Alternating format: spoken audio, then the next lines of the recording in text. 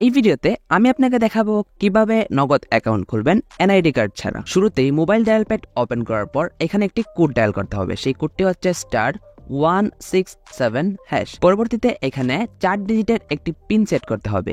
আপনি এখানে 4 ডিজিটের একটি পিন দিয়ে দিবেন, তারপর সেই পিনটিকে আবারও দিয়ে দিবেন। তারপর এখান থেকে দেখবেন what type of account do you want. আপনি কি রেগুলার একটি নগদ অ্যাকাউন্ট তৈরি করতে চাচ্ছেন নাকি ইসলামিক নগদ অ্যাকাউন্ট তৈরি করতে চাচ্ছেন। আপনি যদি রেগুলার তৈরি করতে চান সেক্ষেত্রে এখানে 1 টাইপ করবেন, আর যদি নগদ ইসলামিক অ্যাকাউন্ট তৈরি করতে চান সেক্ষেত্রে 2 টাইপ করবেন।